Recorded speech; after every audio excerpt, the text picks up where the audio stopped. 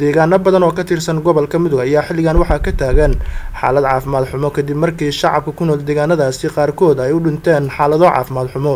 kadib markii lala soo gaari waayay xarumaha caafimaadka ee ku yaala magaalada Gaalkacyo ayaa haddana dadka ka soo jeeda deegaanada Laasacad iyo 3 gilo oo ka tirsan gobolka Mudug waxay bilaabeen inay ka qayb qaataan caawinta iyo tayeenta xarumaha caafimaadka ee ku yaala deegaanadaasi si ay shacabku u helaan adeegyo caafimaad. shacabka ku nool labadaasi deegaan ayaa soo dhaweeyay dadaalada ay wado Nasteexo Cabdi oo ka mid ah jaaliyadda Galmudug ee Sweden isla markaana la shaqeysa urur ka shaqeeya horumarinta bulshada. Nasteexo ayaa markii ay gaartay deegaanadaasi waxaa ku soo dhaweeyay shacab aad u fara badan maadaama ay doonayso inay ka shaqeyso horumarinta caafimaadka deegaanadaasi iyadoo bulshada ku nool deegaanada Laasacad iyo 3 gilo ay ka warameen baahiyaha dhanka caafimaadka. hooyada dhallaanka ay tahay hooyada dhallaanka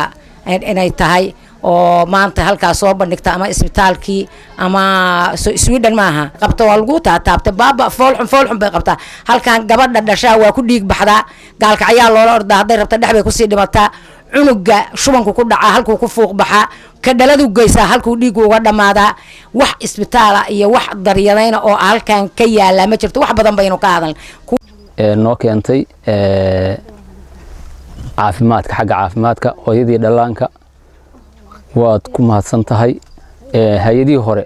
nabad xiggelin jirin wax noo istaagay ma lahayn adaa maanta noo istaagay waa ku faraxsanahay inaad noo istaagtid inaad hadii nagala qayb qaadatid baahiyaha jira horta annaga haddaan nahay deegaanka 3 gilo waa waqtigii ugu horeeyay oo jaaliyadaha nooga yimaada oo na soo booqda oo baahideena arka oo yani ku tala gala inuu wixii uu karaankiisa ka qabto marka si weyn baan ugu mahadceleynaa si weyn isqaban qaabinta lafteedaba inta wax qabad la gaarin iyo garashada ay yani garteen in deegaankooda soo arkaan wax la qaybsadaan. Nasteexo Cabdi oo kamid ah qurba joogta reer Galmudug ayaa ku eedeysay maamulka Galmudug inay ka gaabiyaan adeegyada bulshada. horta Ilaahay baa wax baahi tiri kara anigu waxa aan wadaa waa wax kaligay intaan dawladda Swedishka aan ugu baryo tagay oo ay ugu caawiyeen arintaasna hadii ay ugu badato waa ninka dhakhtarka iyo gabadha umulisada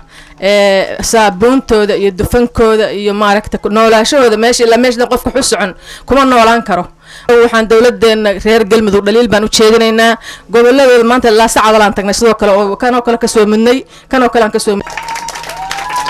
marka hadda qof shakhsi ah oo gobolka u dhashay wax uu qaban kara waa garan kartaa marka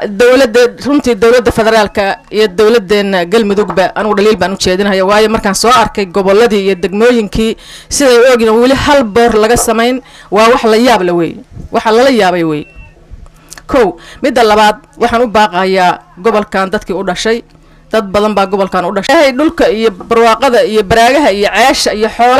xoolihii iyo guryihii iyo dadkii baa isdhex daaqahaya war waxay gobolkooda u dhisan waayeen ya dadka ma